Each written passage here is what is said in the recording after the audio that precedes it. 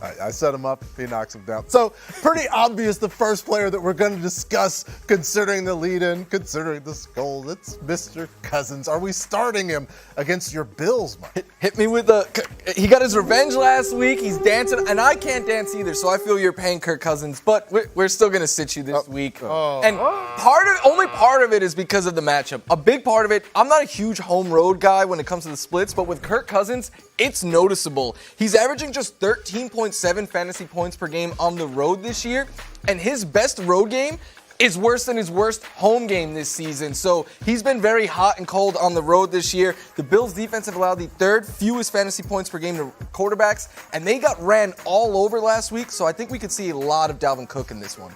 All right, so a sit for Kirk Cousins. There's another quarterback in the division that's carrying a lot of folks' fantasy teams. Does it continue? Are we starting Justin Fields against Detroit?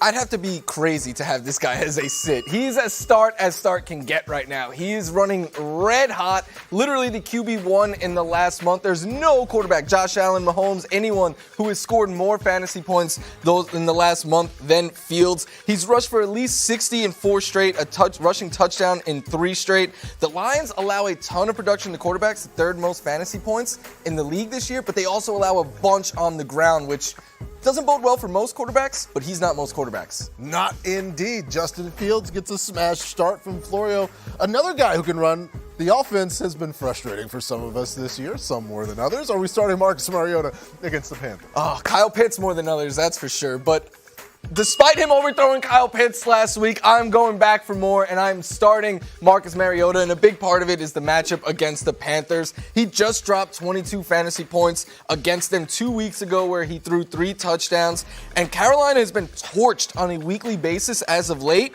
but if you're still not sold, the Panthers have allowed the second most rushing yards over expectations on inside runs. Not only is Mariota the best quarterback at attacking that, he's top 5 in the NFL right now, so I think he could have a good running game against the Panthers. A start for Marcus Mariota. We'll leave the quarterbacks and get to some wide receivers.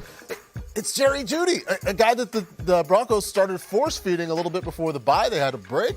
Are we starting him against Tennessee? I prematurely took the Sutton over Jeudy L. I've been on Jeudy, and I'm starting Jerry Jeudy again this week. Why? Because like you said, they were force-feeding him the ball before the bye. He has been putting up good numbers as of late. He's also been their most effective deep threat on passes of 20-plus air yards. Why does that matter? Because the Titans have allowed the most production on the long ball this year by far. There's no team even close to how much production the Titans have allowed there. So not only is volume a good thing for Jeudy, but the downfield targets is a way for him to pick up points in chunks in this matchup. Glad to see them scoring points again because it was one of the nastiest offenses in the NFL. Now another team has that title. It's the Colts. Are we starting Michael Pittman against the Raiders?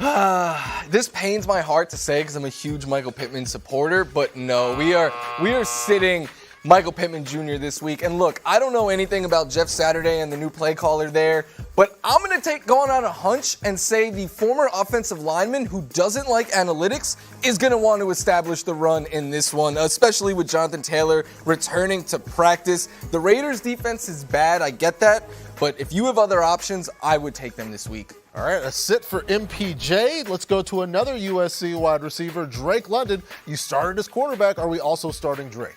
I'm just disappointing Marcus today, I feel like, because I'm going to have to sit a second USC wide receiver in a row. I apologize, but fight off. It's not a Drake London thing. It's an offense that he's column. Drake London, though, I mean, those first 3 weeks were great when he was scoring double-digit fantasy points in every game. He has not topped 8 fantasy points since those first 3 games of the season. Just 2 weeks ago in this same matchup, he scored just 7 fantasy points. The floor is very low. The ceiling is also very low. I think he's closer to being a drop than a start right now.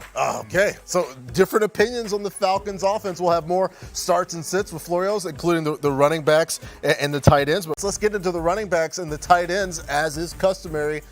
Adam Rank and Marcus Grant standing by to provide any available commentary or reaction memes that will be utilized later on. I just wanted somebody, if they wanted to meme me in the Bruce Lee t-shirt. Yeah. The Satchel Paige shirt was dope, though, so keep that one. Use that rewind button. Go get that meme, folks. We'll start with Jonathan Taylor, a start or a sit against the Raiders. Just a couple of TV analysts who weren't hired for this coaching gig. But I'm going to start.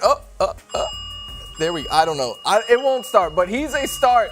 I'm going to just keep there we go. There we go. We're starting Jonathan Taylor. Look, there was once a time where this would have been far too obvious to even say, but that all changed when he was voted as the biggest bust in the first half on this show. And the Raiders, it's their defense. It's a great matchup. They've allowed the third most fantasy points per game to running backs, which includes a bunch of production through the passing game. So even if the Colts fall behind in this one, Taylor could stay afloat by catching a lot of passes there. He is still the same guy who was the overall RB1 last year, even though we haven't seen that guy a whole bunch this year. Interested to see what the offense looks like. We'll leave JT and go to Clyde Edwards-Helaire. Start or sit against the Jags? I wanted him to be a thing so bad, but it's just not happening. So we're sitting Clyde Edwards-Helaire right now, even in a good matchup against the Jaguars. Last week, he played just 17% of the snaps with 4 carries and 2 targets. That's 6 opportunities in an entire game. He scored a season-low 2.9 fantasy